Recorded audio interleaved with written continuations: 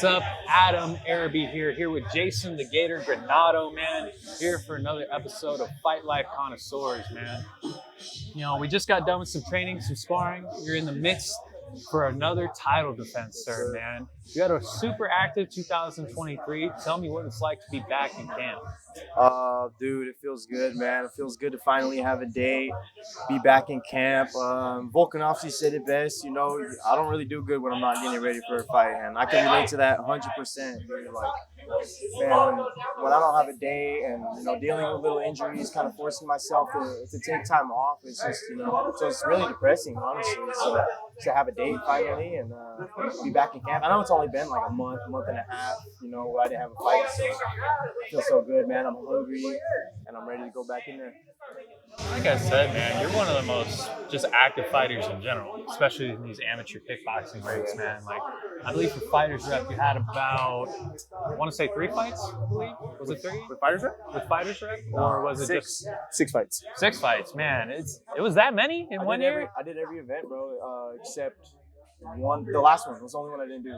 And the one where that, you know, I'm not going to mention any names, but that one freaking, you know, idiot pulled out. I was supposed to fight that one, so it was supposed to be 7. But yeah, I did 6. I pretty much did all of them.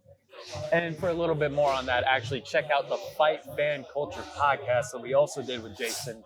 Today is going to be dropping soon. Oh yeah. For a little bit more on that situation we were talking about. But man, that's how active he is that I literally forgot he fought that many times. Yeah. Like that was so many, it literally felt like 2 years. Fighters Rep 13, 14, 15, 16, 17, 18. And then, what was the last one? 20? 20, yeah. I did 19 and then I skipped 20. I was about to say. So 13 all the way to 19, bro, I did. Yeah, man. What's that like when you aren't in camp, man? Like you said, you go to a dark place, but yeah. There's also, too, where you kind of just get to be Jason Granado, not the Gator, you know, not having to wear this pressure of being this championship level fighter and this hot young prospect, man. Are you kind of more, you'd say more of like a different side? I'd say it makes me realize, you know, this is life now, bro. Like, this is my career. It's it hasn't really been a time where I wasn't getting ready for a fight. Every time I fought, I knew the date after that I was gonna fight, so I knew when the next fight was. This was the only time where, you know, I didn't have a fight coming. And not gonna lie, like, there, you know, people really close people around me know, you know, it was really tough, and, you know, digging myself into a little hole and stuff I can't really control, injuries, and, you know, I just going out and stuff, it doesn't feel right. It doesn't feel like me. So, you know, now to finally just have the date and everything, and then hopefully pretty soon have another date after that, it just keeps me on my horse, keeps my head sharp, and keeps me dialed in, bro. Yeah, but I will say, you know, in your time off, you did take a new venture now, coaching at 10th Planet Beaumont. Yeah. Shout out, man. Come take a class from the Gator himself and learn some of the knowledge, man. Oh, yeah, dude. What has it been like kind of taking over that new venture? Oh, dude, it's been so cool, man. It's something I've always wanted to do, you know. I've always admired coaches and how they break down stuff, and, you know, seeing Cody, you know, admire Cody and what he does. So to finally have my foot in the door with that already at such a young age, man, it's great. I'm like the youngest in the room already coaching. So, dude, it's really cool. It sharpens my game too. You know, I start going home and thinking about what I'm going to teach, and then that makes me think in depth, like, oh, like, you know, this could work, and then this could work, and then I try new stuff myself, and, dude, that sharpens me up a lot, bro. Shout out to Evan, another great fighter up and coming. Photo bomber. Man, but that's the great part about being an expert, man. Like, yeah, it's just you home, got man. Great sparring partners like Evan over here. You got great coaches and Cody, man. Take me a little bit through the gym culture, man, because getting to hang out around here and getting to see you guys and getting to spar some of you guys is an absolutely incredible experience. Like, it really does feel like you guys have almost a family environment, but a hard-working family environment. Yeah, man. This is just a Thursday, man. I mean, you see how many guys are in here, and they're all killers. We got champions in here, MMA champions in here, up-and-coming amateurs. Like, dude, I mean, in the ring, when people see me, they're like, you know, he's untouchable. And then they see me, like, you guys come see me spar and stuff, and you're like, just another guy, man, around these guys. These guys are all killers, bro. And, you know, Squirrel Muay Thai, X-Fit, you know, come down anytime. We get good-ass rounds in here. All these guys are dogs, man. I mean, dude, you're just only going to get better, bro, in here. And especially like this guy right here. This guy doing it big right here. Yeah. Give him a flex. Turn around, give him a flex. Coach. Oh, I'm so sorry. Give him a flex. Give him a flex. Give him a flex, coach. It's live, bro. 10,000 people watching right now. Oh, well, for everybody watching, I can't get all these legs on camera. But yeah, man. See, you know what I mean, bro? Yeah. We're usually in here, man, getting work. You know, if it's like a day to day where we spar, we hit the sauna. You know, we talk a little bit, and it's just all vibes here, man. Because it's just a family here, bro. Hard work. It was absolutely incredible, man. For real, bro. There you go. What's the next question? Well, I mean, I don't know if the fans heard it from over there, but Coach Cody Sessions was saying, watch out for when Jason is in MMA gloves, man, because as dangerous as you are with those big gloves, I cannot wait to see you in 4 ounces, bro. Yeah, man, 4 ounce gloves is gonna be dangerous for guys going against me. I mean, from just PKBs, man, like you get in there and get that intensity. I've dropped guys with the 16 ounce gloves with headgear and stuff, and go to 10 ounce gloves. I'm knocking people down every single fight, and with 4 ounce gloves, man, that's gonna be like we were saying kind of on the podcast, man. Guys are just gonna shoot. They're just gonna shoot because once they feel that power, man, it's almost bare knuckle, bro. 4 ounce gloves. It's just like something over your hand. That's it. Yeah, no, that's different, man. Yeah. Like, I want to talk a little bit about, because we got to share a couple rounds and moving around together, man. Hell yeah, I want bro. to talk a little bit more about that, man. It is insane to me the fact that you were 21 years old and hit as hard as you did, man. Especially for your size. I was like, this kid doesn't even have his grown man strength yet, and he's able to keep up with me, a 24-year-old guy, who, yes, I am skinny, but hey, I can move a shovel or two. Dude, fool you, bro. Adam's a beast, dude. He might look like a little scrawny, little nice guy. You go in there, bro. He's not. He's a beast, bro. He's a Terminator. But yeah, I mean, in here, obviously, I got to pull back a lot. Every time I spar, I pull back. It's really like 40%. I'm just worried about. I'm just throwing the speed, out there. I'm not Thank throwing you for any sparing my leg, man. I do need to walk out of here. It's everybody, bro. I gotta control the power, But I like cracking of the body a lot, so you probably felt some of those body shots. That is the one thing I want to get in about, like just the exercise, man. I was so impressed by just the body shots you were ripping off me. Because the tricky part is the way you would kind of post on me, man. You have this little bit of and you were kind of taking me through a little bit of this lead hand post that would almost distract me because I'm trying to look at your shoulder line and your eyes that would just rip to the body, man.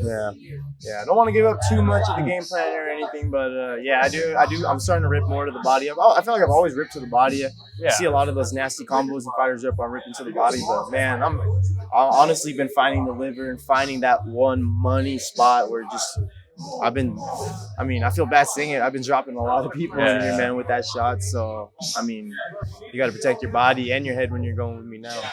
And what's crazy to me on top of it as well was just, we already knew this, but just really getting to feel your speed, man.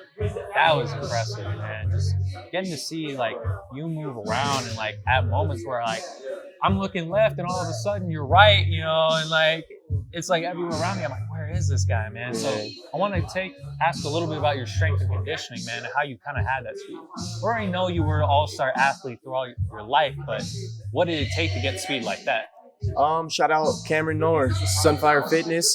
We train every 2 days a week. We're working on different phases. Right now we're putting on muscle in the right spots, muscle in the right areas that are gonna help me punch harder, kick harder, be more flexible, and how to have strength in those flexible parts. So dude, my guy Cameron at Sunfire, he's a genius, bro, and he's a wizard. So that, ever since I started getting with him, I started training with him before my fight in June, before my WCK title fight, I would say. And dude, I've just felt the snappiness and felt the explosiveness and moving side to side and everything. So shout out my strength coach Cameron Noor at Sunfire Fitness, man. Awesome, man. Well, the other thing I want to ask you, man, obviously, like you said, you're 21 years old, man. You're a young guy. I've watched you and I've said it on record many times, and just how grateful I've been to watch your whole competition journey, entering the amateurs to now, man. What's kind of dealing with the pressure of being Jason the Gator Granado, man?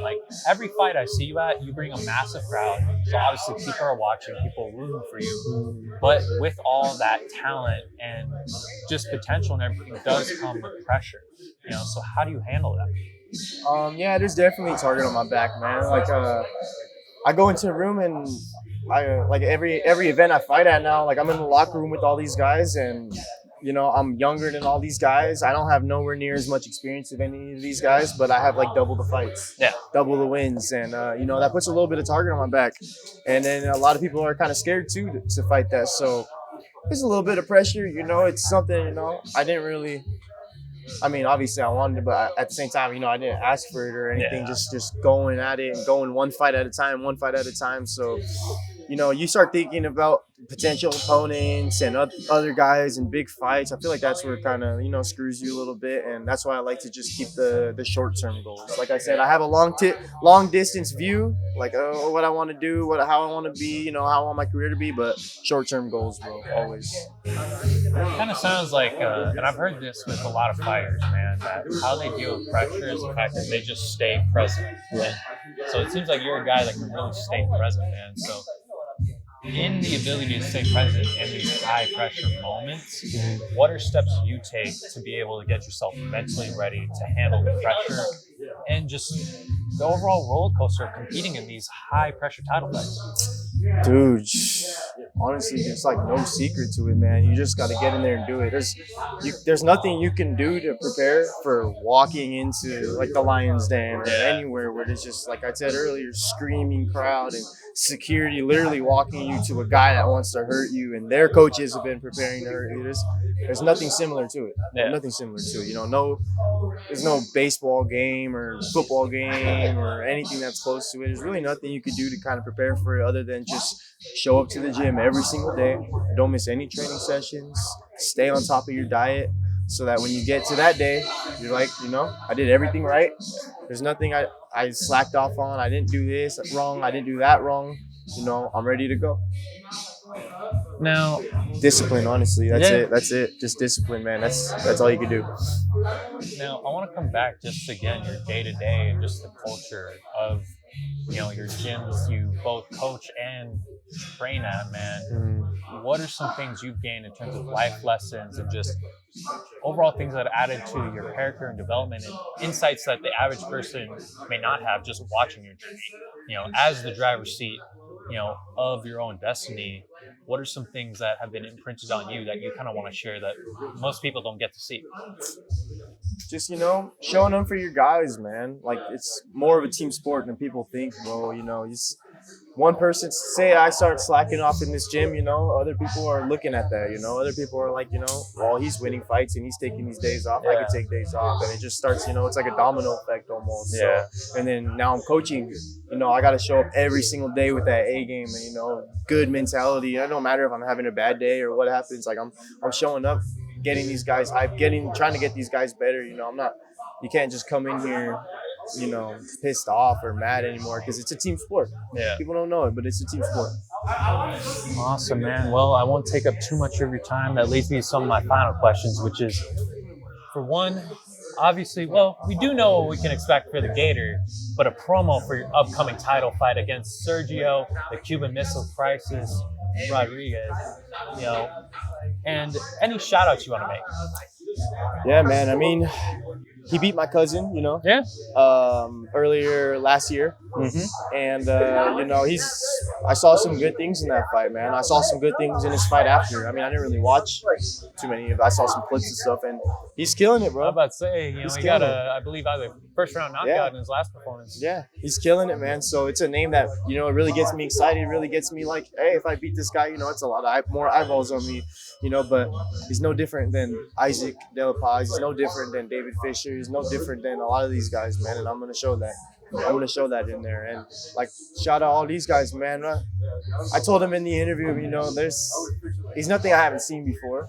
He said that he could say the same thing about me, but he's never seen any guy that hits hard as me and, moves around like me and has all these. I've trained with guys that are around the same size as him. You got Nathan Hawthorne, I'm sparring him almost every day. Cody Sessions, Ryu. Yeah. Dude, we got killers in here, man. Guys that are boxing heavy like him, and I'm training with boxers that are, high-level amateur boxers around his size and with knockout power. So, I'm just staying comfortable, and shout out all these guys, man. They're all getting me ready for that. Thank you again, sir. And if there's one thing I could say that I learned from coming here and learning from you guys here at Score Muay Thai and XFIT, that you guys really, really, truly, if there's one word to describe you guys, camaraderie, discipline, and just growth, man, yes, and sir. community. Yes, sir. I would say are the essence that I've learned here and then would take in describing this gym. Yeah, man. I mean, the whole Inland Empire, dude. It's no secret. It's a rough area, bro. You know, you get San Bernardino, Riverside. Like, it's a rough area, man. There's some, bad people here, bad stuff here. So this is fight community. This is a small community worldwide, bro. I was watching Cheeto Vera on TV, wanting to be exactly like him, and then fast forward a year later, I'm in the ring sparring with him, every week, and it's just a small world. So we're coming out here. You got to be family, man. You have to be. You have to have that camaraderie. It's how you get better, how you grow. Yep, man. Like I said, guys, if you are in the Inland Empire area or anywhere near XFit, please come down, come check out the gym, man. Sign up, and then maybe even get to train with the champ, Jason the Gator Granado, man. Always some good rounds. Thank you again, sir. Appreciate it, man. Thank you.